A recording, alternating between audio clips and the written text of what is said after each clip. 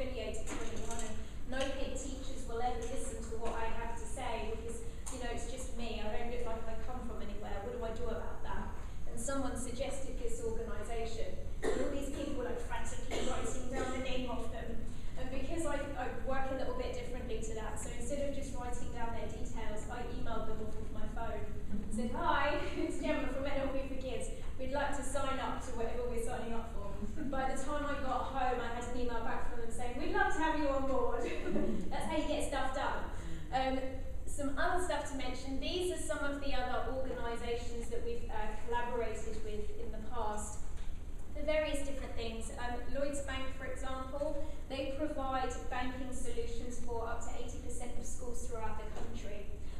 And so that means that they have education advisors who go specifically into schools and work specifically with schools. And they offer them incentives to sign up to their banking solutions, one of which incentives is to get a free workshop from NLP4Kids. So that's just another way in which we get ourselves in front of the right people. We've got, who else is on there? So London Youth Fire Brigade. They do not have teachers per se, but they run a scheme for young people to be able to come in and get some training and also to do some practical fire brigade type activity with them as well. So they're not technically teachers, but we use the parents and teachers type content when we're working with organisations like that. This one is a slightly more recent one, being Marks and Spencer's. So they contacted us and said that they would like to write some content for our website because they are the UK's largest provider of school uniforms. Yeah. So there we go. So we've got lots of different interesting things going on. We communicated with our practitioners a year ago in the form of a survey and asked them to rate their interaction with us since they joined the team. And I wanted to share some of those results with you here. So things like our approachability, responses to requests, professionalism. In every area we scored either highly or very highly according to our practitioners. In addition, they said stuff like this. Over 71% said they think our innovations are very forward-thinking. I'll be sharing some of those with you later. Who got a bit of jigsaw puzzle in the post, by the way? Yeah, so you get the idea. Almost 70% said that we go beyond the call of duty to support them. 73% said the support of the team has been what's really worked for them. I'm really passionate about that because I spent a long time being a therapist by myself, and it was lonely, and I'm not used to that. And just being able to skill share and offload and all of those things is really important. 80% said we've more than met their expectations since they did their training with us. And what else? Oh, let me show you these. I'll just leave that one there for a couple of minutes. Pick one or two to read. This is stuff that they actually said about us. I asked them if they could be here with you today, what would they want you to know? It's not all positive. Okay, so some of it you're going to read and it's, it's quite refreshing. But take a look at some of what they've said.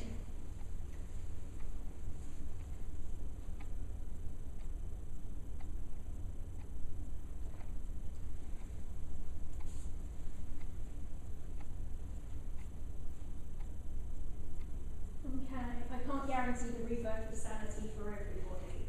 I don't have that effect on everyone necessarily. And then, as we mentioned earlier, we also sometimes go slightly in disguise, depending on who we're working with. So as well as the regular NLP4Kids logo, you might see some of these which are also all us. So the teams one there, the students one there, we use in conjunction with NLPs. For kids most specifically, parents and teachers and HIP you've seen today. The NLP for professionals ones, that's where we're working with people who aren't parents, aren't teachers, but there's something else. It's kind of similar stuff, but it's not necessarily parenting or teaching. So we sometimes use that logo too. Alright, so this is where we were before lunch. How to make brilliant business in working with children. So we've got some key areas here that we're going to take a look at. The first one is team. What I want you to do is turn to the person next to you and I want you to come up with 3 reasons why being part of a team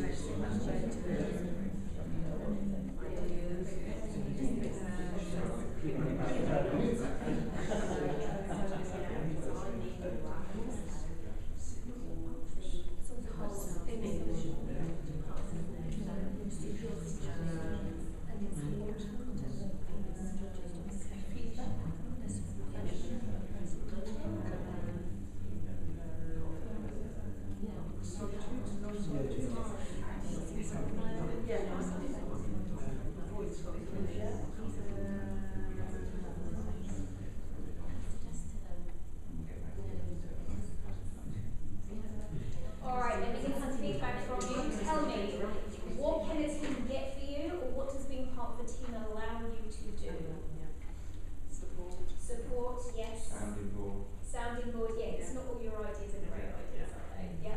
What else? Sharing information, yeah, definitely. Perspectives on things. Various perspectives on different perspectives, yeah. Move to a different chair, look at what you're doing, yeah. Being part of a community yourself. Yes. Yeah, and I think there's something with that which isn't just about the sharing and those other good things. It's actually about the feeling that gives you. Do you know what I mean? Yeah, that kind of connection, isn't it? Yes. Anything else? Nullifies the isolation of working alone. I think you have to be a certain individual to sort of cope with working alone, and Yes. the benefits. Yeah.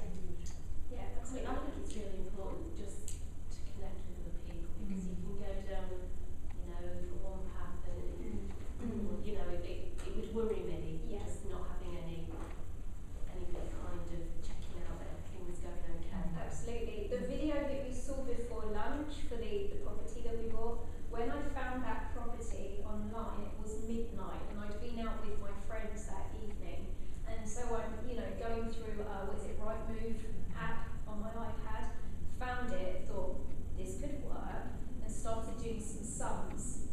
Fast forward to 7:30 the next morning, and I'm still sitting there doing my sums, convincing myself this is going to be amazing. At which point I decided that I might be A, insane, B, correct, or C, on the fringes of some form of psychotic episode from lack of sleep.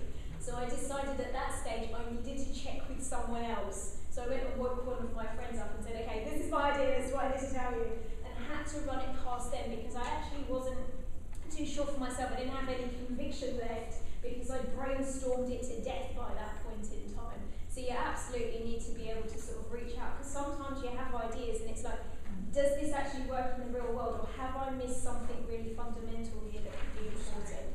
Yeah. Yes? I'm already part of a franchise, so what I valued about it is that there's somebody who's got their antennae up for what's happening out there that's going to affect you in the future. So legislation, or the legal side of it, which is a nightmare if you're trying to do everything else as well. Yeah. One of the things we do with the work that we do with schools is we very often tap into a funding source called pupil premium. And whenever I talk about this on training, there's always someone who goes, how do you find out how much pupil premium is available? And I say, you ask me for the spreadsheet. That's it. I have the spreadsheet. I know this stuff. So yeah, absolutely. There are people that have the extra information that you might need. Yep. All right, good stuff. This is one of my original teams. You might be wondering why that's like that. So we were hosting an event. It was a mass phobia cure that we were hosting in aid of comic relief. So it was free for people to come, but they did have to make a donation to the charity. And we had this idea that if we went out onto the streets to publicise it, we would obviously get more people there, but that we would really stick in their memory if we were dressed as superheroes. Not too sure where that idea came from exactly, don't think it was me. However, as it turns out, superhero suits are surprisingly expensive, except if you get them from eBay China, you get buy two, get one free.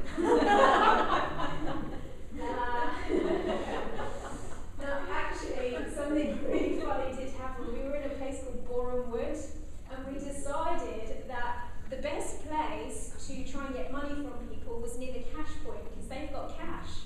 Because they've just been to their cash point. So we're standing by the cash point dressed like this, and saying to people, this is what we do, blah blah blah, collecting money.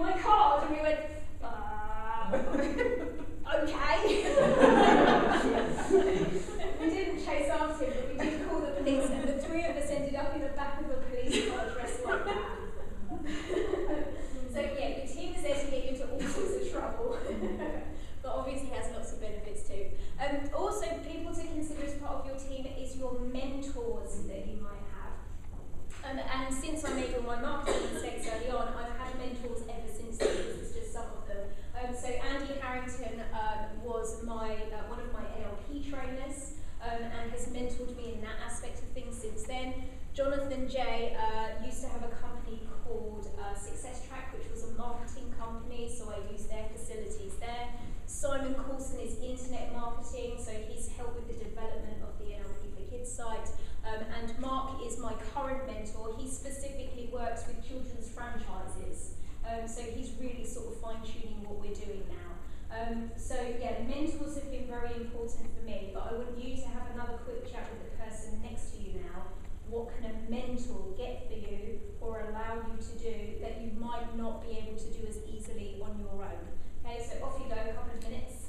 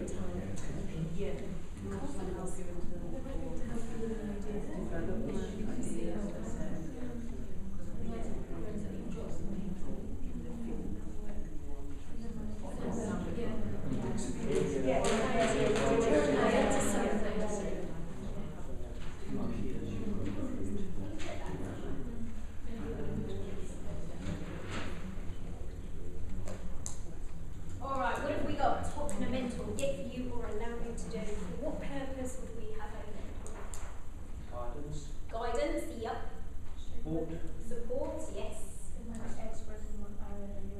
Yeah, absolutely. They might bring in some skills that you did not have. Yeah, yeah. Take you in a direction you haven't considered. Definitely, yeah. They can, sort of shed light on new areas that you haven't even thought about. Yeah, what's that one, John? Ask you questions that you might not ask yourself. Yeah, you might not want to ask yourself sometimes. Yeah, it's the bit when they say, so let's have a look at the numbers. Oh. Really? Let's have a biscuit. Yeah. What else? Anything else that we get from mentors? What's that, sorry?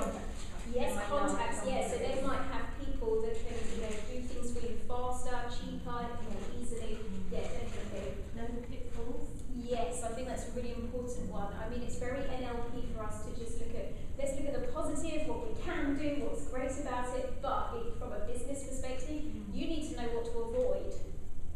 Just as important. Yeah, Diana, did you have another one? No, I'm just nodding, sorry. That's all right. I thought it might be able to help if you've got an idea about something, how you translate that into something that might actually work. Yeah, definitely. Because some people are a bit more big picture, aren't they? And some people are a bit more details. And unless you do both of them very well, then it can be useful to have someone else come in and look at translating that for you into the actual processes of how you do it, or the bigger why are we going to do this anyway?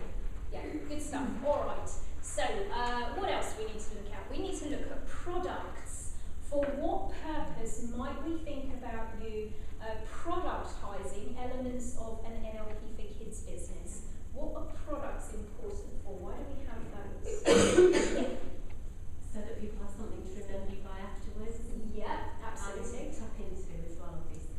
Yes, so we could use it as a kind of continuity to something that we've already given them, some coaching that we've already given them. So they've got something to keep them ticking away in the meantime. Yeah, what else? An introduction to you before they come to you. Absolutely. So it can actually be the thing that captures people in the first place by giving them something and then gradually introducing yourself to them. Who had a similar experience like that in terms of making contact with us? Who got a free download or something like that? Did anyone get the 13 ways to create confidence in kids? Yes, some of you got that. For what other reason? There's a financial reason around products that we haven't hit on yet. What is that one? Giving money as you sleep or whatever they call it. Absolutely, yes. Because when you are asleep, off sick, or on holiday, you're not seeing clients, you're not going to school, and you're not making any money, unless you have those. This is a way for you to be making money without working, and that's really important when you're running your own business, because otherwise you're in this constant exchange of, do I give my time and make my money, or do I keep my time and make no money? No, it's not a very reasonable exchange, is it? So you want to be able to do both. You want to have time and money. All right, good. Here is my aha moment around products. So as you probably know, I also own a company called People Building, which is normal, straightforward NLP training and hypnotherapy training, but also lots of products around that one as well. My products started out when I was working with clients, and I used to write scripts about the design of my session that I would do with them. And I ended up with hundreds and hundreds of scripts. And then all of my old NLP and hypnotherapy chums from my training days would say, Gemma, if you've got a script for a smoking session that I could have, have you got a script for a weight loss session that I'd be able to borrow from you? And they never borrow it. So what I started to do was to catalogue these.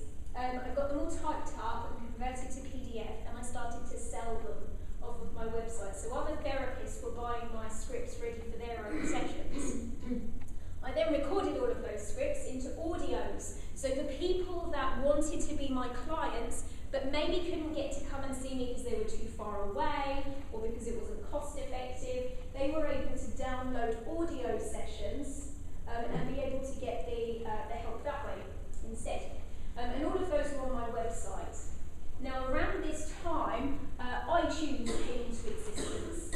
And iTunes was really exciting for me because they had something on there called podcasts. Is there anyone that doesn't know what a podcast is?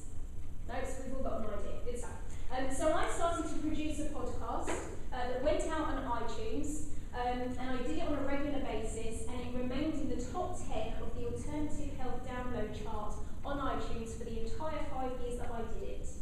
But I did it for free. For what purpose did I do it for free? Just doing advertising. Yeah, advertising. What was I advertising? Your business. Yeah. So I was redirecting people back to the products on my website and asking them to opt into my database so that I could go on and sell to them later. The very first NLP4Kids training that I ever did, we had 7 people there, of which 4 of them knew about me because they used to listen to the podcast. So it did work. Alright, my scripts that I had here also got published into a book. Proper book, not self-published, we actually have a publisher.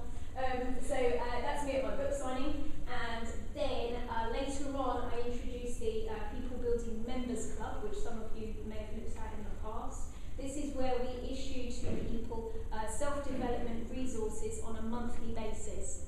And they get a pack through the post with some NLP content in there and how to utilise it. They get a couple of audio CDs, one of which is a hypnosis audio, one of which is more like a podcast type audio. And then they have access to other resources on a forum as well, where they can interact with other practitioners. So that one, out of everything that I do, is actually my best time for money leverage, because I charge £35 a month. And when I have 100 people in the membership club, and it's only taking me half a day to put the resources together, then you get to see why products are so important. So there they all are. Oh, and then there's this one. Yeah, so for those of you that don't speak Russian very well, allow me to translate.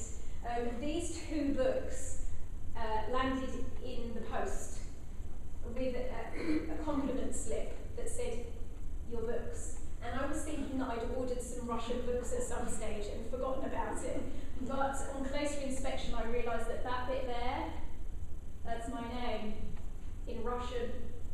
So my books have been translated into Russian, and I now have a whole new market out in Russia I didn't even know about. So the moral of the story is, if you do what I'm saying here, you too can have a cat book like me. Happy days. Alright. What's just the picture of the woman in the bikini? She's got a tape measure. She's measuring the width. Oh, I see. I thought it was something they'd done to him. Yeah, yeah. When did I order this? I don't remember that day. Okay. Social media. Glad you put that to rest. I think about that all afternoon.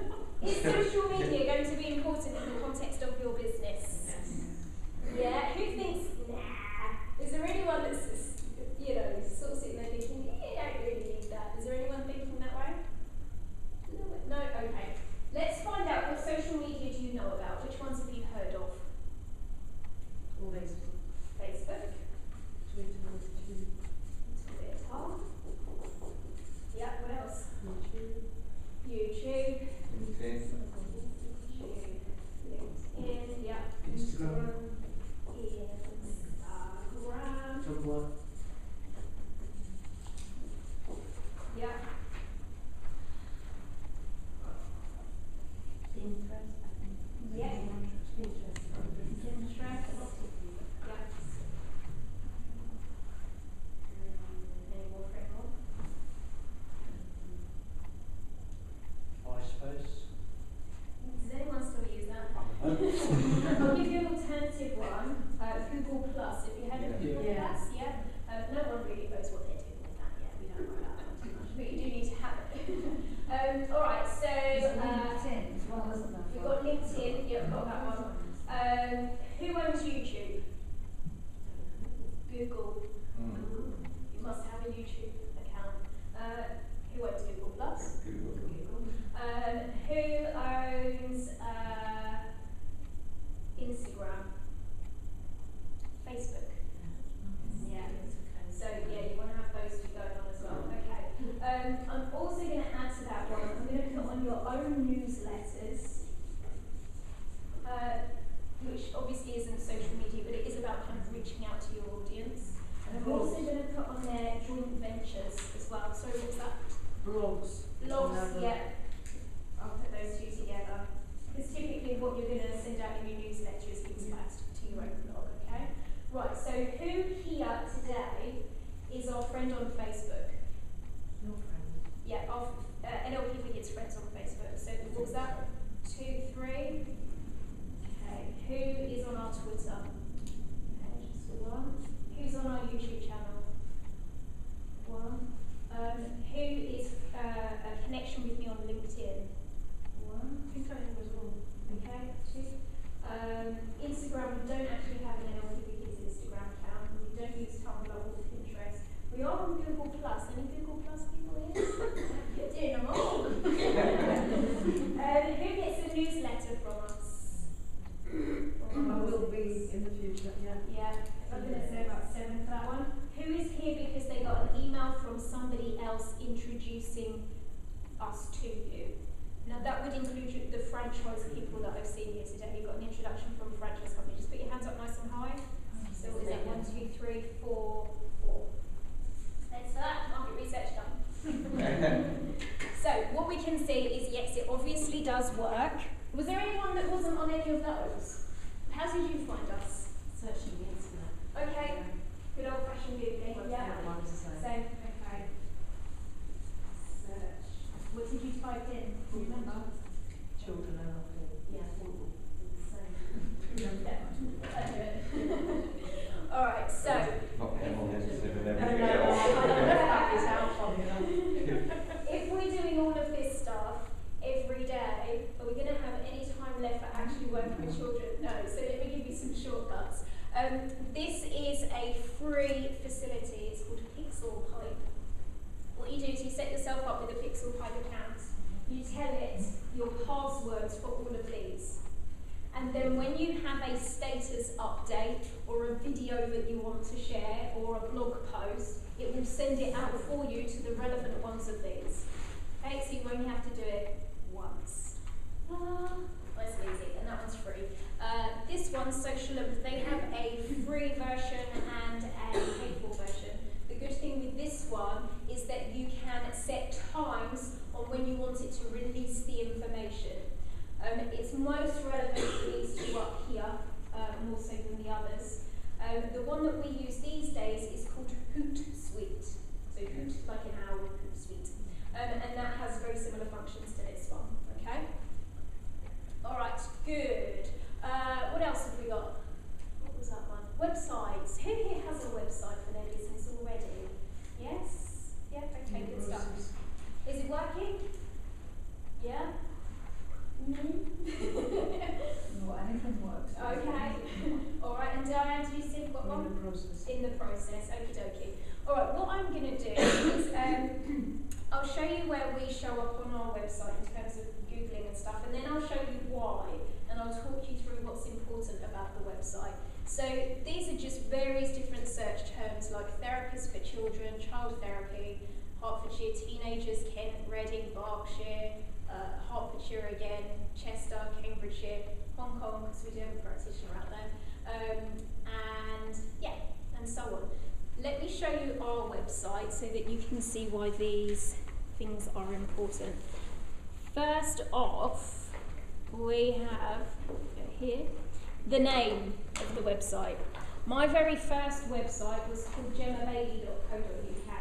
It's an ego website, but it doesn't tell you anything about what I do, which was part of the problem. This one is called NLP4Kids.org, because that's what we do. So having the right name for your website, it's not as important as it used to be, but it still helps, it's still relevant. Next thing we've got there, what's that bit all about? 2,737 likes. That's how many people like it on Facebook. Exactly. Why is that important? Because that's how many people you've got access to or that are interested in you, which is popular. Yeah, what does it tell visitors, do you think? What does it do for Popular. Popular, yes, it's about credibility, isn't it? Yeah. What have we got just here? What's that bit? That's a Synopsis of what you do. Yeah, so, or a headline you might call it. Yeah. Typically, that's going to refer to one of two things. They both begin with P. So it's either going to be a or a statement. What do you think the two P's are? Not product, no. Pain or pleasure. Yeah, it's either going to be a pain or a pleasure statement. So ours would be a pleasure one because we're talking about what you can get, the lovely things. Typically, we're more driven by pain actually than we are by pleasure because we want to get away from it. So saying something like, do you want to stop? Is it important for you to overcome? Those would make good headline statements. What's this bit up here? What have we got there? Contact details, yes. My people that have or are developing websites at the moment, are your contact details on your homepage of your website? Yes? Yes, they will be. Yes. The reason why that's important is because you don't want people to have to go looking for that information.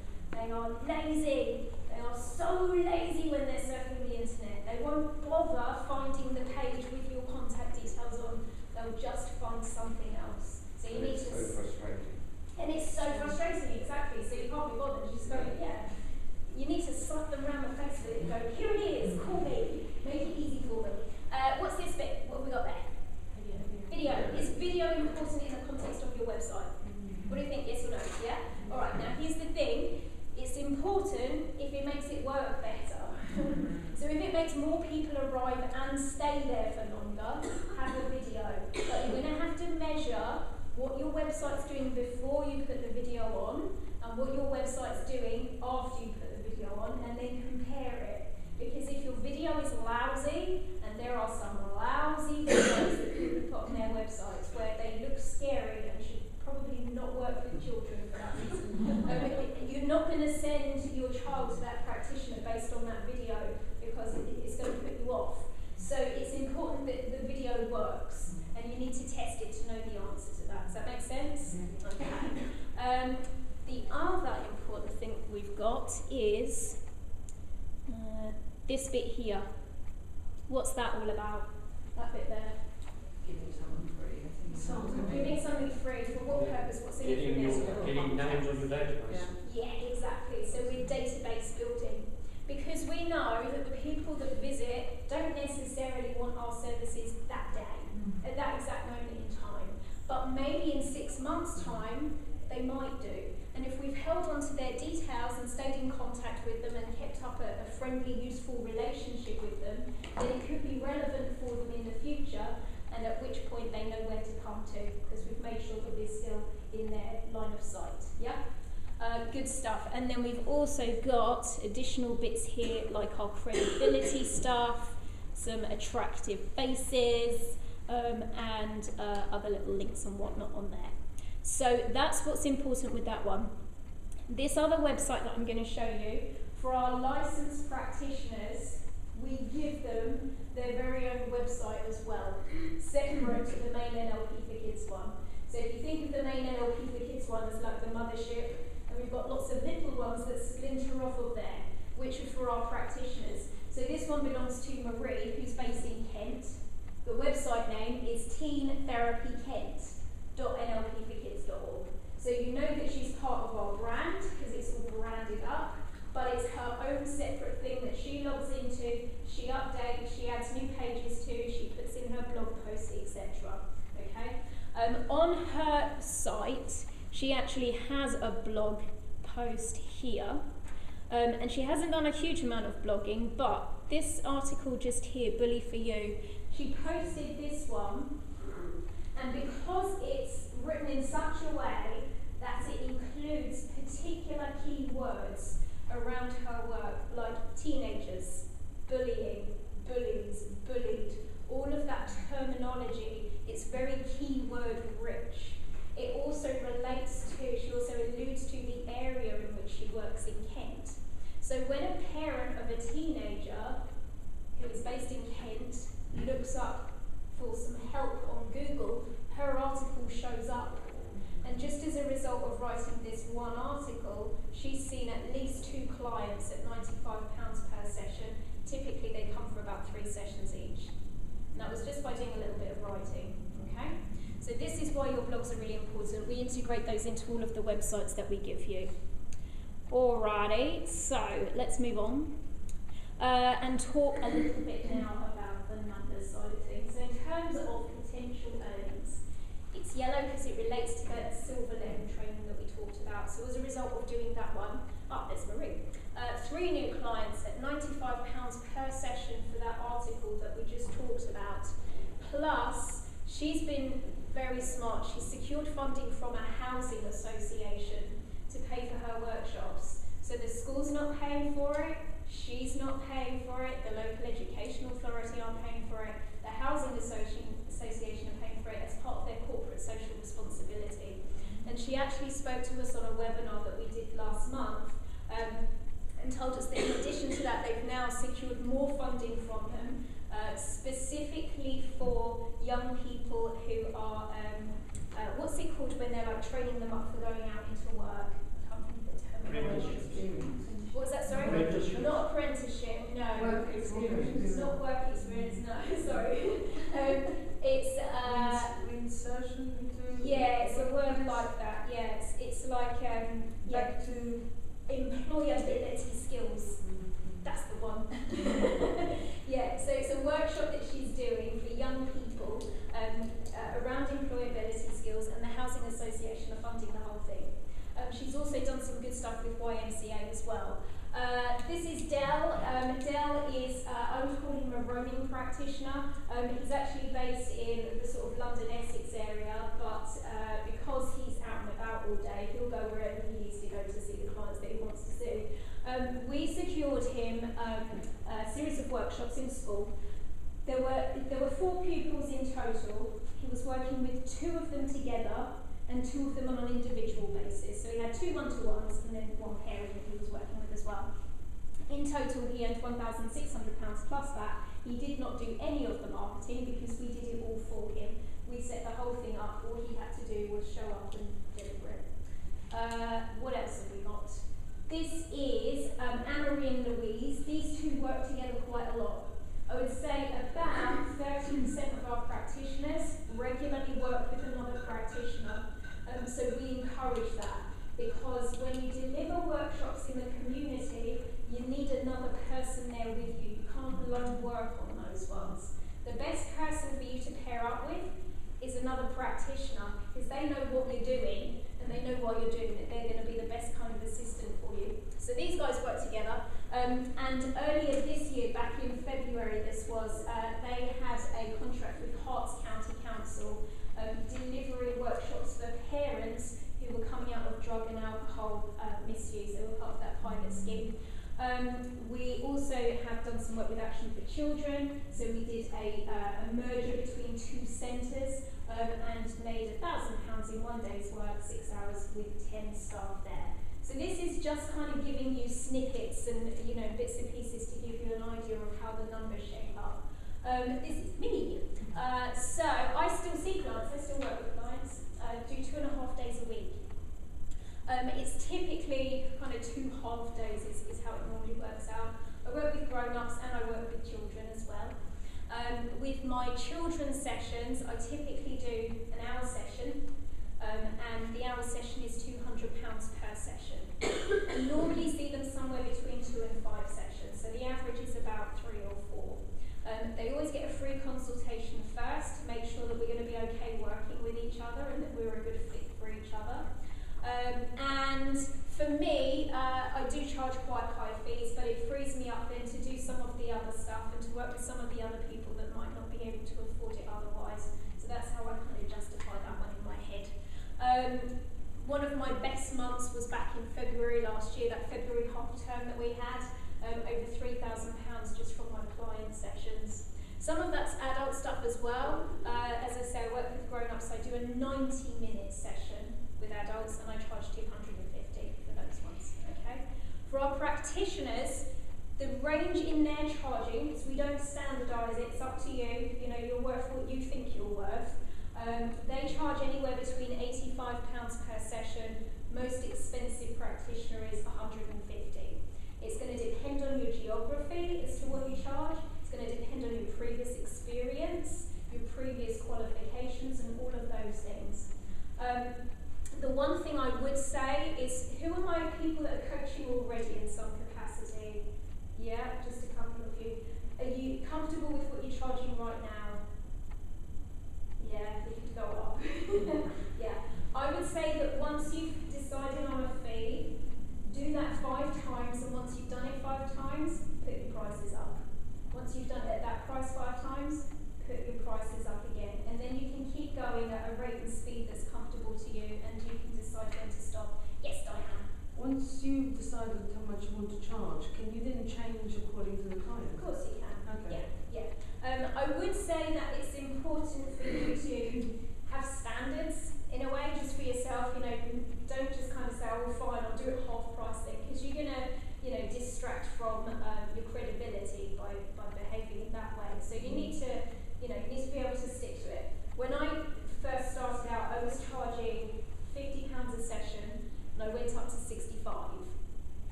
And it was whilst I was charging £65 that a guy, a promoter, contacted me and said, "I really like what you're doing with NLP4Kids. I promote a team of therapists in central London. We'd like to have you on board doing the kids bit. How much do you charge?" And I said, "It's £65 per session." And he went, "I don't think we're going to be able to work with you. I'm really sorry." And I went, "Well, I used to charge 50, so I can put it down if you want." And he went, "No, Gemma, you're not too expensive. You're too cheap." Right, okay.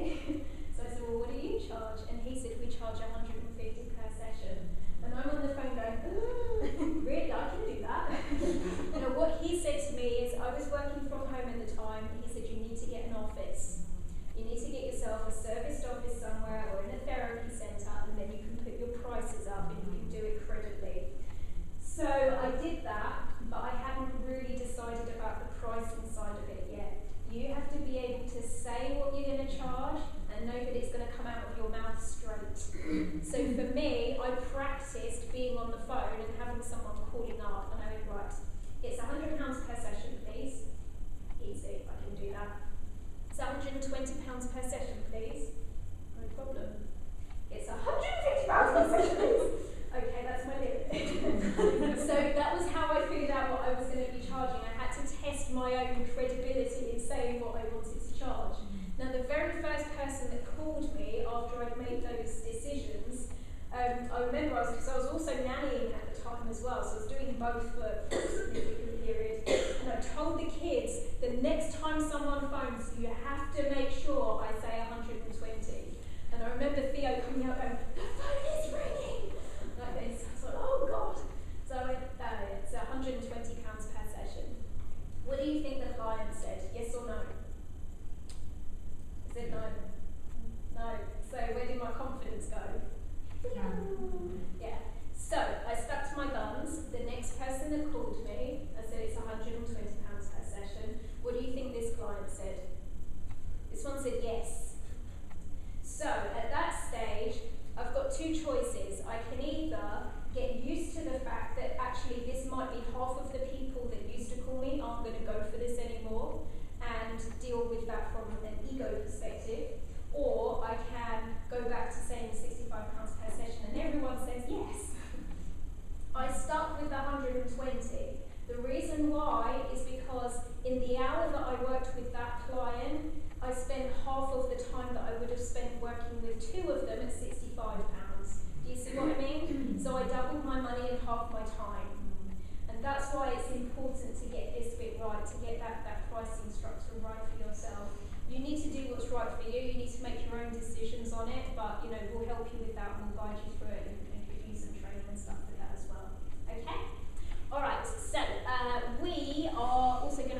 sales copy at this stage. Because in terms of reaching out to people, particularly writing to schools, for example, you've got to say the right thing. The stuff that you write on your website, the stuff that you post out, what you put in your literature, it has to make people want to act. Because otherwise, you'd just be spending good money on it and not getting the results. One of the things that we do for our licensed practitioners is we send out one of our marketing campaigns to 100 schools in an area of your choice, which is typically the local area. We have strategies such as our Magic Bean strategy. And we send out a little packet of magic beans, and they're seeds of confidence for the children to plant. We do stuff like that because we know that that head teacher is going to get 60 other letters that day. Ours needs to look different. So we make a point of doing quite quirky things with our marketing, as you'll come to realise. Once we've done that, we then do all the follow-up phone calls for you. So a couple of days after they got the letter, we phone them up. We speak to the scary receptionist, we make friends with them, and we tell them all about you. And then we book you in to deliver a free introductory workshop. It's typically 90 minutes long, and you can go and deliver a very specific part of the NLP4Kids program. We tell you exactly which part you're doing. The reason why you do it for free is because they want to test you out, but you want to test them out as well. Because if you're going to spend the next 10 weeks in that school, you want to be okay about it, okay? And I'll be honest with you, some of the schools that I've been in, some of them I like more than others. It's probably the most polite way to say it. We will then do the follow-up after your introductory workshop. So we'll call them back up and say, how did it go? How did Brian get on today? What was John like when he came to see you? What was the outcome from it? We'll negotiate the paid-for work that you do from that point onwards. And that's that. Then it's all yours. Yes, Diana. You've got a practitioner in Kent. Assuming that practitioner, or supposing that practitioner lives in the same area as me, so you would be sending the same letters to the same schools? How does that work? Yeah, that's a good question. So we've not had a challenge with that yet because we haven't had any two people in the same area join at the same point in time. Mm-hmm. So Marie's 100 schools would have been done long, long ago. Okay. So right now it wouldn't be an issue for those schools to receive another 100 letters, if you see what I mean. So in answer to your question, how do we overcome that challenge? In a way, I don't know because we don't have the challenge yet. When we have the challenge, then I'll think about it. So yeah, you might find that there are practitioners based where you're based already. One of the really important things that we do is we make sure on your training that you leave with a niche in mind. So there were some ladies I spoke to over lunch about dyslexia, for example. Some of our